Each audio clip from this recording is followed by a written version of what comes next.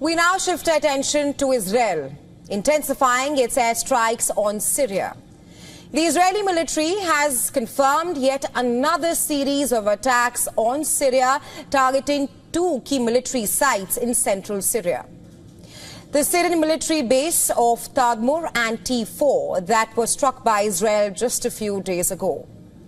Now, these strikes carried out in Syria's Palmyra region have raised questions about Israel's strategic goals and the broader implication for the region. Is Turkiye the new front for Israeli Prime Minister Benjamin Netanyahu? According to the IDF, these attacks aim to dismantle military capabilities that remain at these sites in Syria. But this attack by Israel on Syria is not just a one-off event. Over the past few months, Israel has carried out hundreds of airstrikes across Syria, targeting naval and military bases and various kinds of military installations. Israel claims that they are attacking these areas in a bid to prevent advanced weaponry from falling into the hands of factions, including those linked to the newly emerging Syrian authorities. The backdrop to these strikes is Syria's evolving geopolitical landscape. Well, to start off with, the overthrow of Bashar al-Assad last December by HTS-led rebels. That has led to increased Israeli action over the past 3 months. Israel has entered the demilitarized zones in Golan Heights, including the UN-monitored buffer zone in this contested area. Adding another layer to this complex situation is Israel's growing apprehension about Turkiye's increasing influence in Syria and its growing ties with the HTS government. According to reports in Israeli media, Turkish-Syrian negotiations could result in the Turkish army taking control of important and strategic areas like Palmyra in exchange for economic and military support to Damascus. Furthermore, there are reportedly fears within Israel that Turkiye could establish military bases in Syria, such as the T4 air base, which could not just bring Turkiye closer to Israel, but also embolden Syria to rebuild military bases, missile and defense capabilities in the southern parts of the country closer to the Israeli border. Well, according to reports in Israeli media, Bibi has been holding high-level consultations regarding Syria and Turkiye's growing influence in the region, fearing that Turkish ambitions in Syria could become a direct threat to Israel as Turkey and Syria come closer. According to a report by Jerusalem Post last month, an Israeli government committee warned Netanyahu that a Syrian-Turkish alliance could create a security challenge, surpassing even the threat posed by Iran to Israel. As tensions continue to rise, the possibility of broader regional conflict looms. So the question being, are the Israeli strikes on Syria a defensive measure? Or is Israel preparing for a larger confrontation, with Turkey emerging as a new front? We turn our attention to the Arctic region at the center of a rapidly intensifying global competition. The United States has raised serious allegations against Russia, accusing it of using its fleet of Arctic icebreakers as a front for espionage. These claims came from US Homeland Security Secretary Christine Noem. Take a listen. Russia is using their cutters and icebreakers up in the Arctic to do surveillance on us, and we're going to reposition our fleet to continue to partner. I want to thank the Secretary of Defense and the Navy for all of their help and partnership too. We do operations together because their obvious Navy warships are in certain regions, but our cutters are faster and can work together in a partnership that's securing America. So what are icebreakers exactly? These are specialized vessels designed to cut through ice-covered waters, ensuring safe navigation for other ships. But the role goes far beyond clearing icy paths. Russia, with its extensive Arctic deployment, operates the world's only nuclear-powered icebreaker fleet. Just last year, Russian President Vladimir Putin approved the construction of the Leningrad, a new nuclear-powered icebreaker, underscoring the Kremlin's long-term strategic interest in the Arctic. But why is Arctic so important? Why is it so significant? Covering over 1/6 of the Earth's landmass, this region is home to vast reserves of natural resources, including oil, gas, and marine biodiversity. Experts estimate the Arctic holds nearly 20% of the world's untapped oil and natural gas, making it a high-stakes battleground for global powers. And the Arctic has always been a geopolitical hotspot.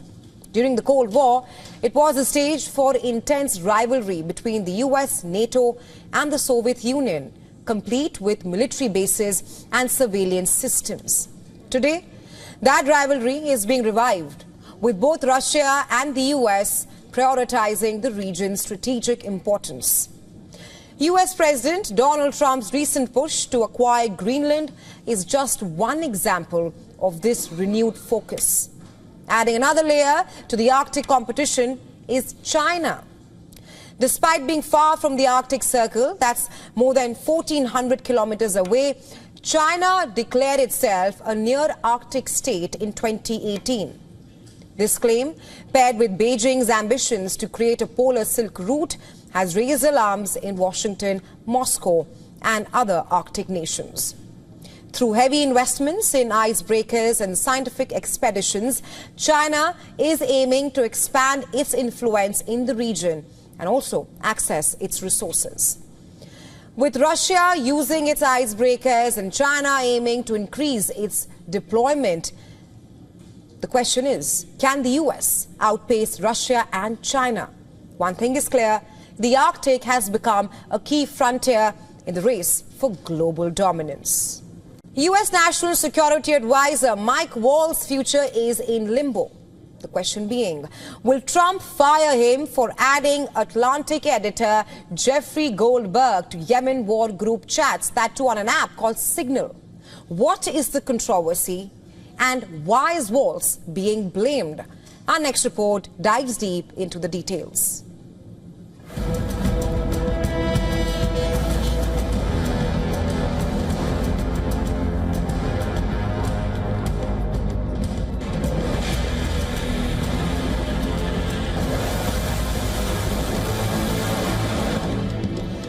On the 15th of March, the US launched a decisive and powerful wave of strikes targeting the Houthi rebels in Yemen. It was news for all but the editor-in-chief of The Atlantic magazine. In an article in the magazine, Jeffrey Goldberg claimed that he knew 2 hours before the first bomb exploded that the attack might be coming. But the question is how. Goldberg claimed in the same article that it was Trump administration officials who revealed crucial details about the attack on a group chat on an encrypted messaging app called Signal. He said the group comprised 18 members, including Vice President J.D. Vance, Defense Secretary Pete Hegseth, Secretary of State Marco Rubio, and Tulsi Gabbard, Trump's Director of National Intelligence.